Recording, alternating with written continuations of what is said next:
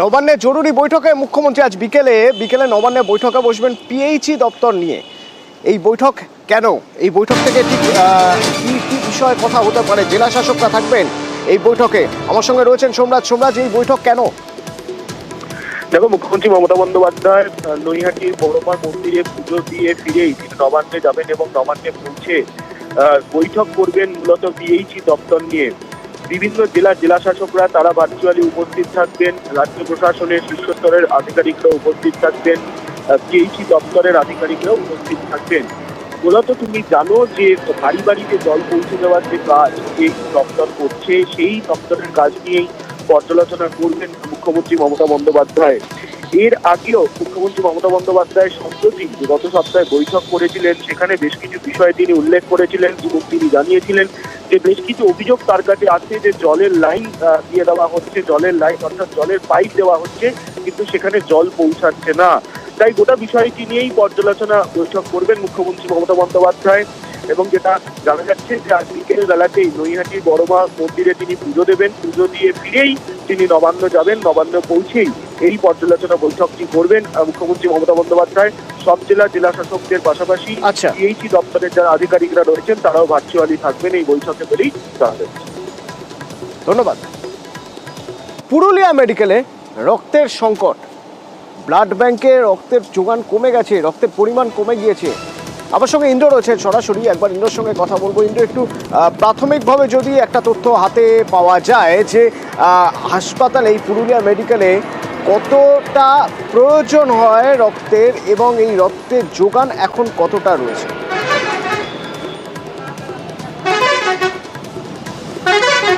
দেখো অতনু, একেবারেই যে প্রয়োজন রয়েছে, যে প্রতিদিন প্রায় 35 থেকে 50টি ব্লাডের প্রয়োজন রয়েছে, সেক্ষেত্রে এই যোগান একেবারেই 10 থেকে 12টি। ফলে একটা তীব্র রক্ত সংকটে ভুগছে পুরুলিয়া মেডিকেল কলেজ হাসপাতালের ব্লাড ব্যাংক, এবং এটা দীর্ঘদিন ধরে এই সমস্যা রয়েছে।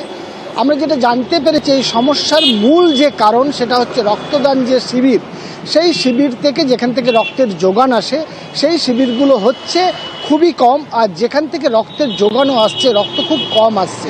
ফলে স্বাভাবিকভাবেই রক্তের যাদের প্রয়োজন রয়েছে চিকিৎসার জন্য, মেডিকেল কলেজ হাসপাতাল বলে কথা, সেখানে বিভিন্ন ধরনের পেশেন্ট ভর্তি হচ্ছে, তাদের বিভিন্ন গ্রুপের রক্তের প্রয়োজন হচ্ছে। সেক্ষেত্রে হাসপাতাল কর্তৃপক্ষ বা হাসপাতালের ব্লাড ব্যাংক তারা পরিষ্কার জানিয়ে দিচ্ছে সেই গ্রুপেরই রক্ত দিতে হবে ডোনারকে, এবং তারপরে সেই রক্ত পাওয়া যাবে। ফলে স্বাভাবিকভাবেই সেই গ্রুপের রক্ত অনেক ক্ষেত্রে পাওয়া যাচ্ছে না, ফলে রক্ত পাওয়া যাচ্ছে না। আর এই তীব্র সংকট চলবে, তার কারণ যতক্ষণ না সাধারণ মানুষ সচেতন হবে, স্কুল কলেজ, বিভিন্ন রাজনৈতিক দল, এনজিও, তারা যতক্ষণ না উদ্যোগ নেবে এবং একেবারে রক্তদান শিবিরের আয়োজন করবে যেখান থেকে রক্তের যোগান আসে, সেক্ষেত্রে এই রক্তের যোগান এলে কিছুটা সমস্যা মিটবে। কিন্তু এই মুহূর্তে প্রায় 100 ইউনিটও রক্ত নেই। আমরা যেটা জানতে পেরেছি প্রায় 60 থেকে 65 ইউনিট রক্ত রয়েছে। এর মধ্যে গুরুত্বপূর্ণ কিছু গ্রুপের যে ব্লাড, সেই ব্লাড একেবারেই শূন্য নেই। ফলে স্বাভাবিকভাবেই পেশেন্টদের চরম সমস্যায় পড়তে হচ্ছে, কেউ ব্লাড পাচ্ছে না। হাসপাতালে যদি দুর্ঘটনা ঘটে, পথ দুর্ঘটনা ঘটে, সেক্ষেত্রে কিছু ব্লাডকে রাখতে হয়েছে যাতে বিপদ না হয়। ফলে স্বাভাবিকভাবেই এই সমস্যা থেকে মুক্তি পাওয়া। ব্লাড পেলেন? না, পাইনি।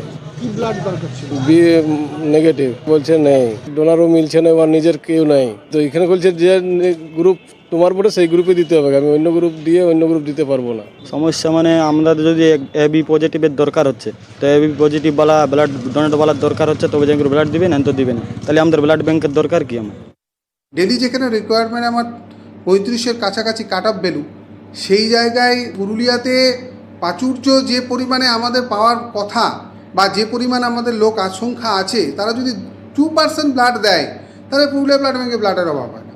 আমরা 1 ইউনিট করে দেওয়ার চেষ্টা করছি সবাইকেই। যদি না হয় সেক্ষেত্রে বলছি যে আপনি ডোনার নিয়ে আসুন। সমস্যা রয়েছে, সমস্যা তো রয়েছে, চেষ্টা করছি আমরা এটাকে ওভারকাম করার। দীর্ঘদিন ধরে দাবি করা হচ্ছে রাস্তা চাই। তো রাস্তা যখন হচ্ছে তখন মানুষের কষ্ট হচ্ছে, কিন্তু মানুষ অপেক্ষা করে থাকছেন যে না, রাস্তা হলে তো আমাদের সবারই ভালো হবে। 5 মাস ধরে রাস্তা তৈরি হচ্ছে, কোটি টাকার রাস্তা হয়েছে। রাস্তা তৈরি হওয়ার পরে কিছুদিনের মধ্যেই দেখা যাচ্ছে সেই রাস্তার হাল বেহাল। এলাকার মানুষ তারা এবার ক্ষোভে ফুঁসছেন, শুনুন। 6 মাস আগে হয়েছে পিচ রাস্তা খবর গেছে সব ইট টিট সব ফেলে তাই কোনো গতি কি যাচ্ছে মানে এ তো ভালো কাজ হয়নি পিচ টিচ ভালো দেয়নি সেই জন্য এই অবস্থায় দুর্নীতি হচ্ছে রাস্তায়।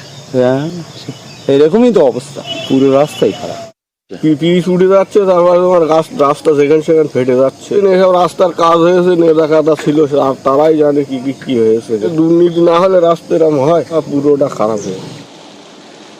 মাত্র 5 মাসে যদি কোটি টাকায় তৈরি রাস্তার এই হাল হয় তাহলে মানুষ কি করবেন? কিন্তু এখানে মানুষ তৃণমূলকেও দুষছেন, বিজেপিকেও দুষছেন কেন? জিয়াউল রয়েছেন আমার সঙ্গে। জিয়াউল, ঘটনা যেটা তা হলো, প্রথম ধরতে হবে ঠিকাদারকে, দ্বিতীয়ত দেখতে হবে যে এই ঠিকাদার যে কাজ করেছেন সেই কাঁচামালের ব্যাপারে বা যে কাঁচামাল দিয়ে করুক না কেন তাতে কোনো নজরদারি ছিল না কেন। একদম, দেখো তুমি যেমনটি বলছিলে, প্রথমেই হচ্ছে ঠিকাদার সংস্থারই দোষ। তার কারণ প্রায় 5 মাস ধরে, 5 মাস আগে একটি রাস্তা হয়েছে, প্রায় 1 কোটি টাকার বেশি টাকা ব্যয় এই রাস্তা। প্রায় মানুষের 30-35 বছর ধরে একটা দাবি ছিল যে এখান থেকে একটি পাকা রাস্তা হোক।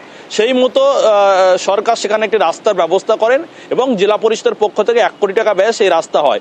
কিন্তু সেই রাস্তা 5 মাসের মধ্যেই এতটাই বেহাল, সেই রাস্তা চলাচলের অযোগ্য। অর্থাৎ প্রায় কোটি টাকা ব্যয় রাস্তা হলো, কিন্তু সেই রাস্তা এতটাই নিম্নমানের সামগ্রী দিয়ে তৈরি হচ্ছে এবং এলাকার মানুষের যেটা বক্তব্য যে কাঁচা রাস্তা, মাটির উপরে, কাঁচা মাটির উপরে সেখানে কোনো রকমভাবে পিচ দিয়ে একটা প্রলেপ দেওয়া হয়েছে।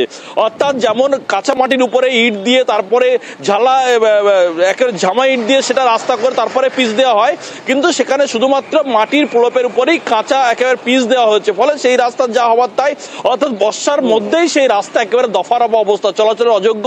এবং সেখানে বেশ কিছু জায়গায় ইটের পুরোটাই আস্তরণ দেখা যাচ্ছে এবং সেই ইটের জন্য চলাচলের অযোগ্য হচ্ছে। রাস্তায় মানুষের যেটা মসৃণ হওয়ার কথা সেখানে একদম এবড়ো খেবড়ো অবস্থা, ফলে মানুষের একটা সমস্যা। এবং কেন এই সমস্যা, এলাকার মানুষ আরো বলছেন যে এখান থেকে একটি ভারী গাড়ি যাতায়াত করে, অর্থাৎ মাটির গাড়ি যাওয়া আসা করছেন। এখানেই বিজেপির অভিযোগ যে রাজ্যে কাজ নেই, তার জন্যই রাজ্যের তৃণমূল এবং বিজেপি তারা এককভাবে মিলে মানুষের জন্য কাজ দেওয়ার জন্য এই রাস্তার উপর দিয়ে মাটির গাড়ি চালিয়েছেন বা ভারী গাড়ি চালিয়েছেন, তার জন্য রাস্তা দফারফা অবস্থা।